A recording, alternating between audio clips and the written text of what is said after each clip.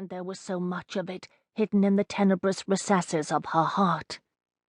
Had they been alone, they'd have nodded and walked past each other without a word, but Leo had a friend with him, a loquacious chap named Wessex, who liked to practice gallantry on Bryony, even though gallantry had about as much effect on her as vaccine injections on a cement block.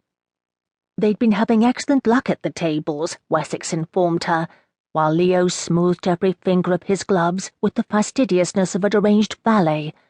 She stared at his hands, her insides leaden, her heart ruined.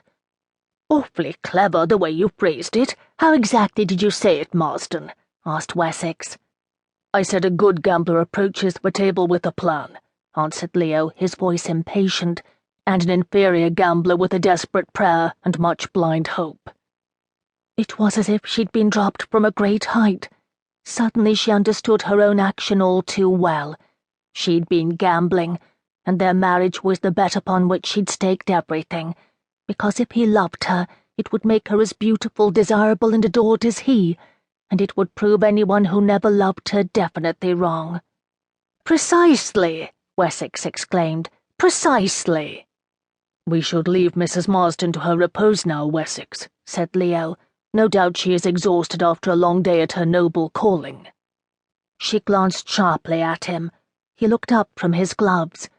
Even in such poor soggy light, he remained the epitome of magnetism and glamour. The spell he cast over her was complete and unbreakable. When he'd come to London, everyone and her maid had been in love with him. He should have had the decency to laugh at Bryony and tell her but an old maid physician, no matter the size of her inheritance, had no business proposing to Apollo himself.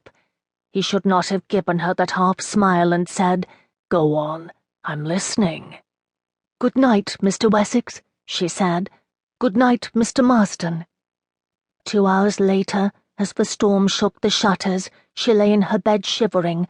She'd sat in her bath too long, until the water had chilled to the temperature of the night.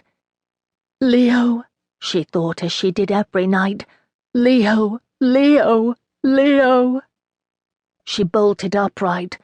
She'd never realized it before, but this recitation of his name was her desperate prayer, her blind hopes condensed into a single word. When had mere covetousness descended into obsession? When had he become her opium, her morphia? There were many things she could tolerate. The world was full of scorned wives who went about with their heads held high, but she could not tolerate such pitiable needs in herself. She would not be as those wretches she'd witnessed at work, wild for the love of their poison, tenderly fueling their addiction even as it robbed them of every last dignity. He was her poison. For him she'd abandoned sense and judgment. For the lack of him she could neither eat nor sleep. Even now her mind reached toward those few moments of all-encompassing happiness she'd known with him, as if they still mattered, as if they still shone untarnished amid the rubble heaps of her marriage. But how could she free herself from him? They were married, only a year ago, in a lavish affair for which she'd spared no expense, because she wanted the whole world to know that she was the one he'd chosen above all others. Thunder boomed as if an artillery battle raged in the streets outside. Inside the house, everything was silent and still. Not a single creak came from the stairs or the chamber that adjoined hers. She never heard any sounds from him any more. The darkness smothered her. She shook her head.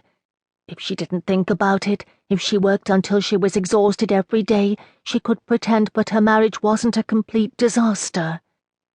But it was, a complete disaster, as cold as Greenland itself, and about as nourishing. The solution came with the next flash of lightning. It was really quite simple.